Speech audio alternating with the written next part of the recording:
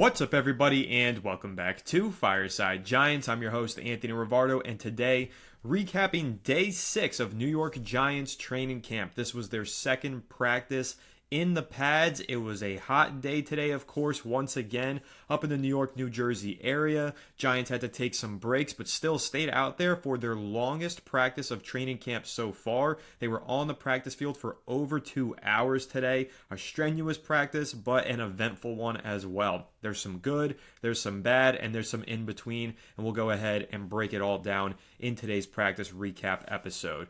I'll go ahead and start with the big injury news and update you guys on that. Malik Nabers did go down with an injury today. In fact, several players went down with injuries today, but of course, none more notable than Malik Nabers was blocking on a run play, felt something in his shoulder, went down for about 10 seconds or so, and then left the field and went into the field house with the head trainer. Now, I know that sounds scary, but I will tell you the initial indication is that it's nothing serious. The Giants don't seem overly concerned, according to Jordan Raanan of ESPN and pretty much every other source as well. I know Ian Rappaport of NFL Network also mentioned that it doesn't seem like it's going to be something significant. So the Giants probably breathing a sigh of relief, kind of sitting here and being thankful for the fact that they dodged a bullet with this one. It doesn't sound like Nabers will be out long. The Giants do not practice tomorrow, so he'll have an extra day off to go ahead and rest up.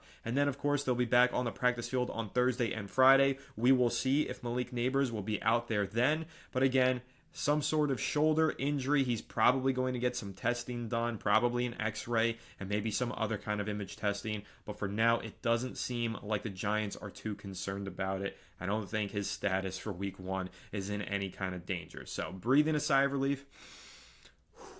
Thank goodness. I don't know what we would do without Malik Nabers this season.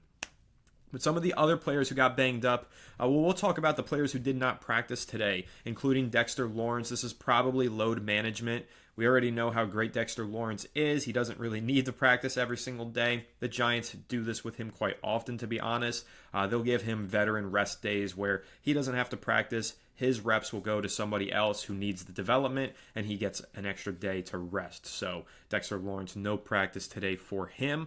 Wan'Dale Robinson still is not practicing. If you remember, Robinson and Brian Burns collided during practice last week. It was a pretty scary downfield collision. They both ended up being pretty much just fine, walked it off afterwards. Brian Burns has returned to practice in full, but Wan'Dale Robinson has not. If you also didn't see the most recent takeaway episodes, when Wan'Dale Robinson attempted to return to practice this week, he unfortunately got into another collision, this time banging knees with safety Dane Belton. So he's still a little bit banged up, still needs a little bit more time to recover, and as a result is not back on the practice field just yet. But once again, the Giants are off tomorrow. It doesn't sound like Robinson's going to be out long. Very well could be back on the practice field this Thursday. So also Jalen Hyatt still not practicing. If you remember on Friday, he cramped up, maybe pulled something. We're not sure. He's done some work on the side, but has not fully returned to practice, is not participating in team drills. So 3 wide receivers now dealing with some sort of injury. Talking about Hyatt, talking about Robinson, and talking about Malik Nabers. The Giants might want to look to add some wide receiver depth. Maybe we'll do an episode tomorrow since it is a down day for the Giants, no practice. Maybe we'll look at some of the depth options that they could possibly consider in free agency. I think that would be a worthwhile video to construct. So stay tuned. Maybe we'll do something like that unless there is some other pressing news. Also, Cam Skattebo did not participate in practice today. He was on the bike. He was kind of just doing some stuff on the side with the trainers. I think this is more of load management. I don't think he's injured. He had a very eventful practice yesterday. Of course, with the Giants putting the pads on for the first time, they ran the ball a lot more. Skattebo got a lot of those handoffs and was also targeted quite a bit as a receiver in the passing game. So just a high workload for him yesterday. Once again, the heat is extreme right now. It was very hot yesterday. The Giants had to take several breaks to eat watermelons and drink water. So Skattebo having such a high workload yesterday, I'm going to assume that that's probably why he did not participate today. If we do hear anything else, of course, we will update you here on the channel or on any of our social media channels. Follow us at Fireside Giants. But for the time being, I am not overly concerned about Cam Scadaboo not participating in today's practice. Now, one player who is injured and did not participate today is Trey Hawkins III. Of course, you guys know the backup cornerback that the Giants have, a former late-round draft pick who's received some decent playing time for the Giants over the last couple of seasons. He didn't practice today. I believe he pulled his groin at yesterday's practice. So he's still just doing some work on the side. I don't think this is something that the Giants fear will be a long-term injury. It should be short-term, but again, he did not practice today either. Now, among the other players who got banged up today, DJ Davidson got banged up, the backup defensive lineman that the Giants have. He injured his right leg. Apparently, this is about the second day in a row, I believe, that he's had some sort of injury. Doesn't seem like it's an extreme or a significant injury, but still just banged up 2 days in a row. He could definitely use tomorrow's break day. And also Tyler Nubin was banged up for a moment, pointed to his ribs, but he did return to practice today, so really no concern there. Kind of another dodged bullet there with Tyler Nubin. So that's pretty much the full update on the injuries, at least with everything that I saw. Again, the Giants, no significant injuries so far other than Bryce Ford-Wheaton. If you missed that update, he did tear his Achilles. That was confirmed yesterday morning. But other than that, the Giants haven't been dealt with any significant injuries just yet. Just a bunch of guys who are getting banged up, likely as a result of it being so hot out. The weather report indicates that it should cool off a little bit on Thursday and Friday, which I think we'll all be thankful for, especially the Giants on the practice field. So hopefully that'll help them keep healthier. And, I think it's very crucial at this stage of the summer for these guys to remain hydrated. Now, speaking of Thursday and Friday's practice, I want to go ahead and remind you guys, I will be there, and so will Alex. We will be there for Thursday and Friday's practice. I'm very excited for it. I can't wait to see some of you guys talk some Giants, watch my New York Giants practice on the field live and in person. I'm thrilled for that. Once again, thank you to Tyler, a viewer of this channel, for sending us those tickets. We really do appreciate it. We've got some stickers waiting for you on Thursday and Friday if you're going to be there. Can't wait to meet you, and can't wait to meet all of the Fireside Giants viewers and community members who are going to be there this Thursday and this Friday. So see you there. Very excited for it. And make sure to come find us because we're going to be doing some trivia and some merch giveaways, some sticker giveaways, a lot of really fun stuff. We're also going to be giving away 2 tickets to the Bezara Music Festival. If you guys have missed this, I will be at the Bezara Music Festival as one of the experiences that they're offering. You can get tickets at BezaraFestival.com. Use the discount code BIGBLUE, and you'll get a discount on general admission plus tickets, where you can watch me do a live episode of Fireside Giants previewing Week 1. That will be September 5th and September 6th. Opening weekend of the NFL. I'm really excited for that, so make sure you go check that out as well. And meet up with us on Thursday and Friday. You can win 2 free tickets. That'll be taking place at Keensburg, New Jersey, Keensburg Beach. So really fun stuff. But let's go ahead and move on to the next takeaways for the New York Giants. A big one today is Evan Neal. I want to talk about him because I'm pretty excited about this. Evan Neal has looked really good at training camp, believe it or not. I know many of you are Evan Neal doubters, and you won't believe it until you see it on the regular season field, and I totally understand that, but I will just say some of the reps that I've seen from Evan Neal in one-on-ones are the best reps that I've ever seen from him.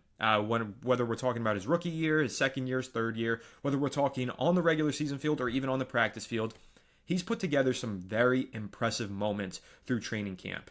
Obviously, we all know that Neal is making the transition from right tackle to the guard position, originally transitioned straight over to left guard, but since training camp has opened, he's actually been doing a little bit of left guard and right guard. The Giants are cross-training him at both of those positions for now. Very exciting stuff. He had a rep today against Abdul Carter where, guys, he stonewalled Abdul Carter.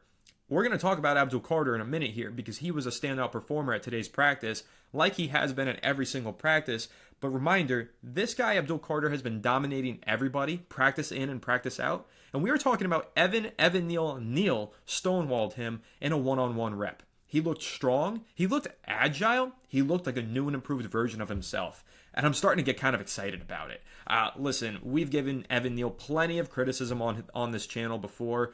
All Giants fans have handed over the fair share of criticism to Evan Neal. When he's been on the regular season football field, more often than not, he's been a liability. And he's also dealt with injuries. But I will say, and I've said this before, to his credit, last season, he did start to flash some signs of progress. He did start to play at least marginally better than he had in the past. He wasn't a complete liability in some of those games that he was on the field last season. And now going into 2025, playing a new position that seems to be more natural for him, there is hope for a better future for Evan Neal. He obviously has some starters in front of him at those guard spots that he's going to need to compete with. I highly doubt that he dethrones John Runyon Jr. as the starting left guard, but Evan Neal absolutely could earn the spot as the second string left guard, and since he's cross-training at both positions, there is clearly an opportunity for him to compete with Greg Van Roten for the starting right guard job coming out of training camp. So keep an eye on that. Brian Daboll gave him a lot of praise during a press conference this morning. And then Evan Neal spoke to the media and said, left guard, right guard, doesn't matter. I'm locked in trying to do my best and become a better football player. Brian Daboll said that he's had daily improvements. A lot of positivity right now surrounding Evan Neal. I mean, guys, I remember last year at training camp, well, not last year. He didn't participate in last year's training camp. He was still dealing with that ankle injury. But the season prior, I remember the talk out of training camp was, oh dear, Evan Neal looks not so good. He's been struggling. So you can see pretty early on sometimes with these players, even in training camp. We don't need to get to the actual playing field. Sometimes you can see it in training camp when they've been struggling and they're not playing well and they don't look ready to go during the season.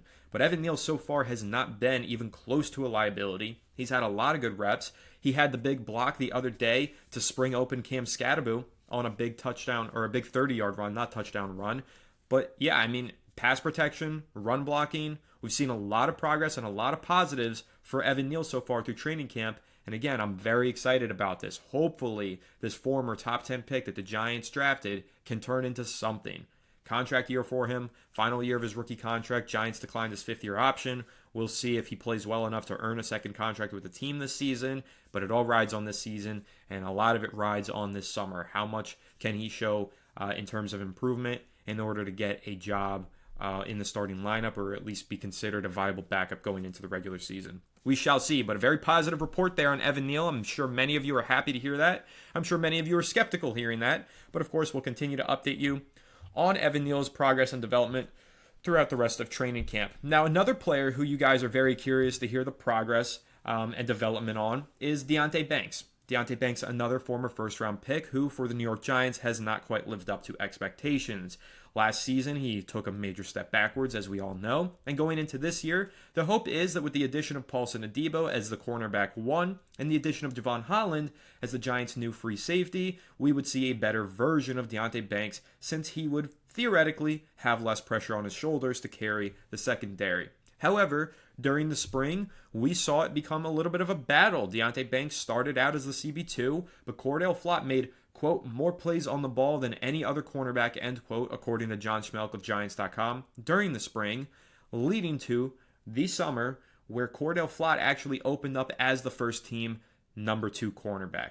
And Cordell Flott seems to be keeping that job so far. Banks has made his fair share of good plays, but today, very up and down. He did have a big pass breakup later in the practice. However, he did commit 2 defensive pass interference penalties. Now, we know that the biggest struggle for Deontay Banks has been his inability to get his head turned around. His tendency to be a little bit physical in pass coverage, not locate the football, commit penalties, or get Randy Mossed, basically. That trend has somewhat continued through training camp, I would say. I've seen plenty of clips where even if he is breaking up the pass, it's more so guessing and breaking up the pass rather than actually getting fully turned around, eyes locked in on the football and making the play. He really still isn't getting his head turned around as quickly as we would like to see. I will say that about Deontay Banks. Now, his coverage has been good, and I'll give him praise there because he's definitely been in lockstep with a lot of these wide receivers, and he's definitely been playing tight coverage. But unfortunately, he's still a little bit grabby, and he's still not getting his head turned around right on time and making a ton of plays on the ball. And again, that showed up today with 2 defensive pass interference penalties. One of them, I'll be honest, guys, was so egregious. It was on a fade route in the end zone. This would be a play that if this happened in the regular season, we would all lose our minds and be screaming and cursing because it was just an egregious penalty. Like, he pretty much just mauled the wide receiver, bear hugged him before the ball even got there. There was no chance for the receiver to get his hands up at the catch point because Banks just was mauling him. It was a really ugly penalty. I'm going to be completely honest, a very bad rep. So want to see less of that and want to see more of the pass breakups from Deontay Banks. Once again, he did have a PBU today, so hopefully he can continue to trend in the right direction and not the wrong direction. But I'd be doing a disservice if I didn't give you guys the good and the bad. So letting you know, Deontay Banks had a couple penalties today, not his best practice. Definitely one to forget. He spoke with the media after practice today, mentioned that the number one thing he's trying to improve on is locating the football. Mentioned that last year felt like a sophomore slump for him, but he's been working hard and he does expect to be better this season. So far, we haven't necessarily fully seen it on the practice field. He's had his ups and downs, though, and let's focus on the ups and try and be positive, sure. But yes, definitely need to see a little bit more out of Deontay Banks going through the rest of training camp.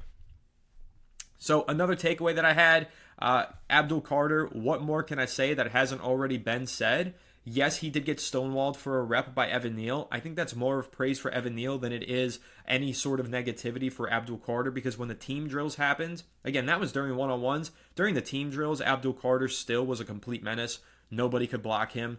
I mean, listen, guys, it kind of sounds insane to say out loud, but I'm going to go ahead and say Abdul Carter might be the New York Giants' best pass rusher. I'm going to say might. I'm not going to say he is, but I'm going to say might, because we've got Brian Burns, who's had 12.5 sacks in 2023, or 2022.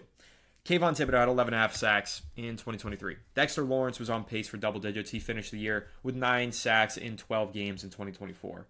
But Abdul Carter has probably racked up more sacks than any pass rusher for the New York Giants this training camp.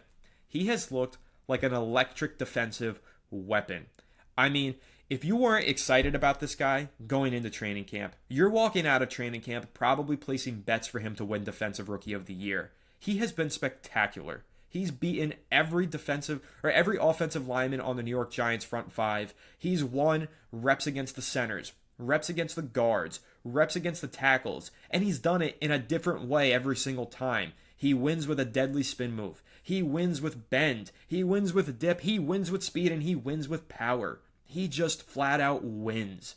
Abdul Carter is special.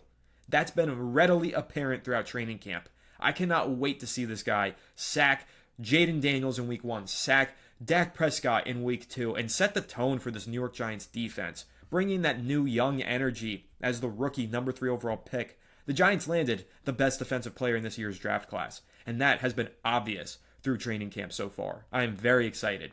During team drills today, he had a would-be sack on a 4th down against the first-team offense. Had a would-be sack against Russell Wilson, that is, to end their drive. Next play, the second-team offense comes in. Abdul Carter stays on the field, and he gets a would-be sack on Jackson Dart. They didn't blow the whistle, so Jackson Dart ended up throwing a touchdown pass technically on the play. But had they been blowing the whistle, Abdul Carter got home for what would have been a sack. 2 plays in a row, 2 sacks. Both would have been drive killers, essentially. But once again, guys, every single day we are talking about Abdul Carter and how strongly he's performed here at training camp for the New York Giants. That is the number one player that I'm excited to see on Thursday and Friday when I am in attendance at training camp, and I'm sure that's how many of you feel. The Giants clearly invested a lot in this defensive line, a lot in this defense in general. Taking Carter number 3 overall, there's going to be high expectations when you take a pass rusher that high. But guys, not only has he been meeting the expectations so far at training camp, he has far been exceeding these expectations at training camp. So, very excited. And hey, shout out to this awesome Fireside Giants merchandise, this Darth Carter t-shirt. If you want one, empiresportsmedia.com. Click the store tab up in the top right for those of you who are watching on YouTube. If you're listening on Apple or Spotify, empiresportsmedia.com, store tab top right. I've got this really cool Abdul Carter shirt on that you might want, so go check it out. Last takeaway that I have for you guys, let's talk a little bit about Jackson Dart. He had a bit of an up and down day. I think he came back to earth is how I would describe it. The last 2 days, he stacked some really good practices, probably his best 2 practices of camp. Today, not his best stuff. He had a few mental mistakes and some errors in the pre-snap portion of the game. He had a delay of game, and then after they took the penalty for the delay of game, he ended up taking a snap to the face, didn't get his hands on it, fumbled it. So there were a couple of sloppy mental error plays for Jackson Dart, but there also were some great downfield passes. He connected with Little Jordan Humphrey on a touchdown pass in the red zone. It was a beautiful back shoulder ball with perfect timing and anticipation. Love to see that. I do think Jackson Dart is making progress day to day. I think things are slowing down for him, but he is still a rookie, so we're going to see some of those moments of growing pains. I think we saw a few of those today, but generally speaking, it wasn't a negative day. It just wasn't as positive as it has been. And I know that you guys really like to hear the updates on the rookies, so you like to hear the update on Jackson Dart, so that's why I'm handing it over to you. It wasn't an overly eventful day. Once again, though, that back shoulder throw was a dime. Maybe his best throw of training camp so far. Go check it out on our social media channels at Fireside Giants. We did post it on Instagram and YouTube Shorts. But once again, up and down day for Jackson Dart, a little bit down to earth for him. Looked like a rookie with some of these mental errors, but generally speaking, still feeling positive about him and feeling positive about the Giants offense compared to where we were last year, that's for sure. Russell Wilson connected on touchdown passes to Darius Slayton today. He looked good. He's looked good all camp. But once again, the pass rush has certainly been getting home. The offensive line, I haven't heard anything bad about the offensive line necessarily. I think the line is playing fine. I know they had a really good day yesterday, but Evan Neal was really the standout of the offensive line today, and Abdul Carter continues to be the standout of training camp for the New York Giants. I'll keep you guys posted on any of those injuries that I mentioned at the beginning of the episode. Obviously, some concern for Malik Nabers, but not overly concerned. It does sound like he will be fine. And again, I'll be there at training camp on Thursday and Friday. Really looking forward to talking some Giants with you guys and hanging out and watching my New York Giants practice. It's going to be a lot of fun. So make sure to leave a like if you enjoyed. Subscribe to the channel if you're new. Ring the bell so you don't miss an episode, and comment your thoughts down below in the comment section. If you're listening to Apple or Spotify, make sure to leave us a 5-star review. Go ahead and follow us on all of our social media channels at Fireside Giants. Without further ado, I'll catch you on the next one. Have a good one, and let's go New York Giants.